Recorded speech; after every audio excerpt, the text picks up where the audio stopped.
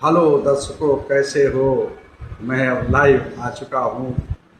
कुशल मंगल खुश रहो सभी, मैं यही भावना करता हूँ। फॉलो सब्सक्राइब करो न करो ये तो आपकी मर्जी है, पर ध्यान लगाकर सुनते रहो, बस यही हमारी अर्जी है। चित्त लगाकर सुनते रहो, बस यही हमारी अर्जी है।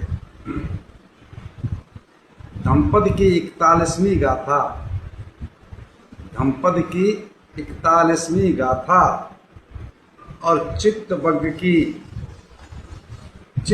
की 9वीं है। क्षण भंगुर है शरीर ये मेरा, ये हमको दर्शाती है। तो जैसा कि दर्शकों, हमारा जो धम्पद का पाठ चल रहा है उसकी 41वीं गाथा है। तो आइए सब लोग ध्यान लगाकर, चित्त लगाकर, कान लगाकर, मन लगाकर सुनिए। एवं मे सुतं एकं समयं भगवा सावथियं विहरति जेतवने अनाथ पिंडिकस्य आरामे अथको। ऐसा मैंने सुना, एक समय तथागत सम्यक संबुद्ध श्रावस्ती के अनाथ पिंड द्वारा बनाए हुए जेतवन आराम में विहर रहे थे। उस समय की घटना है कि तथागत के उपदेश चलते थे, प्रवचन चलते थे, धम्म देशना चलती थी, और उसमें सुनने वालों के अच्छे भी आते थे, बुरे भी आते थे, शरीफ भी आते थे, अशरीफ भी आते थे, राजा भी आते थे, रंक भी आते थे, रईस भी आते थे, गरीब भी आते थे, रोगी भी आते थे, निरोगी भी आते थे, जुआरी भी आते थे, शराबी भी आते थे, चोर भी आते थे, लुच्चे भी आते थे। सभी को भगवान बुद्ध की वाणी बड़ा प्रिय लगती थी और सुंदर वचन लगते थे। सुनते सब थे, माने या कोई ना माने वो अलग बात थी, लेकिन सुनने के सबकी लालसा होती थी, तो सभी सुनते थे। एक समय एक ग्रस्त आकर के तथागत सम्यक संबुद्ध से विनती करता है, रिक्वेस्ट करता है, प्रार्थना करता है कि तथागत मुझे भी अपने विप्र संग में सम्मिलित करें, मुझे भी प्रवज्ञा मिले। तो तथागत उसको प्रवज्जित करते हैं। प्रवज्जित करने के बाद उसको ध्यान साधना की क्रिया सिखाते हैं। तो वो क्या काम करता था कि अपने नित्य प्रति अपने कुटी में, जिसको कहते अलग अलग, सबके आजकल अलग अलग रूम होते हैं। पहले क्या होता था, झोपड़ियाँ होती थी, झुग्गियाँ होती थी, कुटियाँ होती थी। तो बिहार में अलग अलग सबकी कुटियाँ होती थी। तो अपने उसी में ध्यान भावना में, साधना में लगा रहता था। और उसने भगवान बुद्ध से सीख करके साधना ध्यान की क्रिया को तो श्रोतापत, सक्तागामी, अनागामी और अरहत पद को प्राप्त कर लिया था। जिस समय अरहत पद को प्राप्त कर लिया, लेकिन अनित्य भावना का ध्यान करता था। अब जो है उसको एक समय क्या हुआ, कुछ ऐसा रोग हुआ कि पूरे शरीर में उसके दाने पड़ गए, इनको बोलते पुड़ियाँ बोले हैं।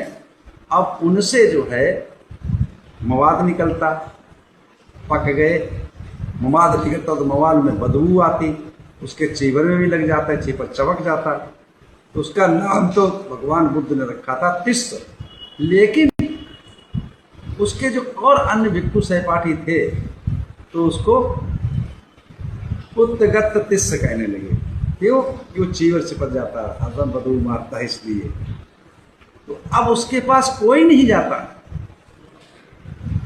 क्यों? कि उसके पास से बदबू आती थी, दुर्गंध आती थी। इसलिए सभी साथियों ने, सभी भिक्षुओं ने उसके पास जाना छोड़ दिया।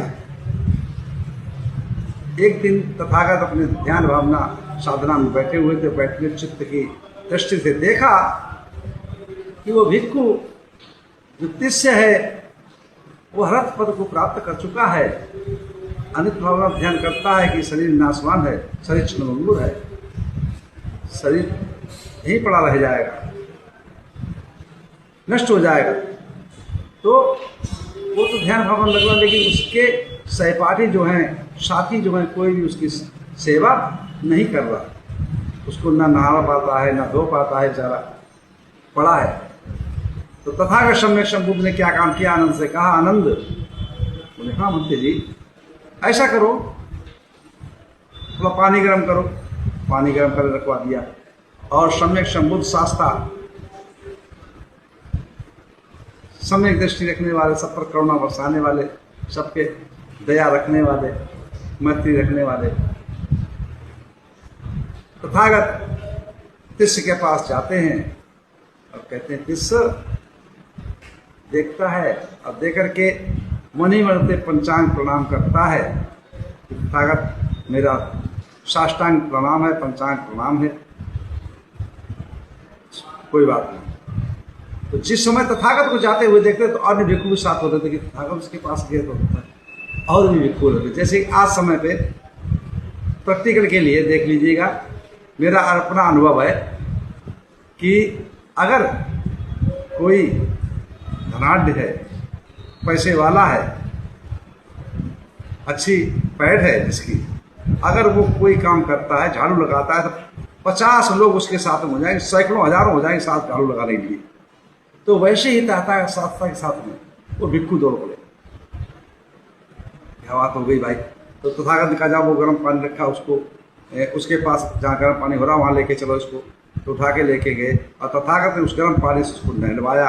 नहलाने के बाद में उसकी जो है मवाद जो था वो साफ हुआ, उसके शरीर में कुछ राहत मिली, और वो वहीं से समय ध्यान भावना करते हुए, ध्यान भावना करते करते, अनित्य भावना करते करते, ये शरीर यहीं पड़ा रह जाएगा, ये शरीर हमारा अपना कुछ नहीं है, इसके अंदर ये क्षण क्षण परिवर्तनशील है, पूरा संसार परिवर्तनशील है। पूरा संसार जिसने जन्म लिया उसको रोग भी होता है, बुढ़ापा भी आता है, परेशानियां भी आती हैं, दुख भी आता है, सुख भी आता है, और मरना भी पड़ता है, ये निश्चित है। तो इस अपना ध्यान भावना लगा हुआ था अपने जो है अनुभवों पे। प्रतिज्ञा को स्वाखातो भगवता धम्मो, मतलब स्वयं दर्शन करो, अपने अनुभव करो। अब वो आपका अपना ज्ञान होगा, हम बता रहे तो ये हमारा ज्ञान है, किसी ने लिखा है पुस्तक में तो उसका ज्ञान है, लेकिन जो स्वयं अपना प्रकट करेंगे, ये तो स्वाखातो भगवता धम्मो संदिठिको अकालिको यही पसिको ओपनिको पच्चत्तंग वेद तत्वो वियूं ही थी। आओ स्वाखातो, स्वयं दर्शन करो। स्वाखातो भगवता धम्मो, भगवान बुद्ध का धम्म ऐसा है। स्वाखातो भगवता धम्मो संदिठिको, सामने बैठ के देखो, अनुभव करो, है ना, जानो, पहचानो अपने आप को। जितनी भी संसार वस्तुएं हैं सब चार महाभूतों से बनी है, ये शरीर भी हमारा चार महाभूतों से बना हुआ है। तो इसी के अंदर हम खोजें। जैसे कबीरदास ने भी कहा, क्या कहा कि बुरा ढूंढने में चला, बुरा मिला ना कोई, और अपने अंदर झांक के देखा, मुझसे बुरा ना कोई। और कहते हैं कबीरदास, क्या कहते हैं कि माला फेरत युग गया, फिरा न मन का फेर, और कर का मन का डार के मन का फेर। तू अपने मन को फेर ले, ये माला फेरने से कुछ नहीं होना। जब मन को परिवर्तन कर लेगा, मन को अच्छा ही तरफ लगा लेगा, स्वच्छ बना लेगा, पवित्र बना लेगा, तो तेरा कल्याण होगा। ये सब अनित्य है, सब नाशवान है। इस बात को ध्यान करते करते तथागत दर्शन करके करके वो निर्वाण को प्राप्त हो जाता है।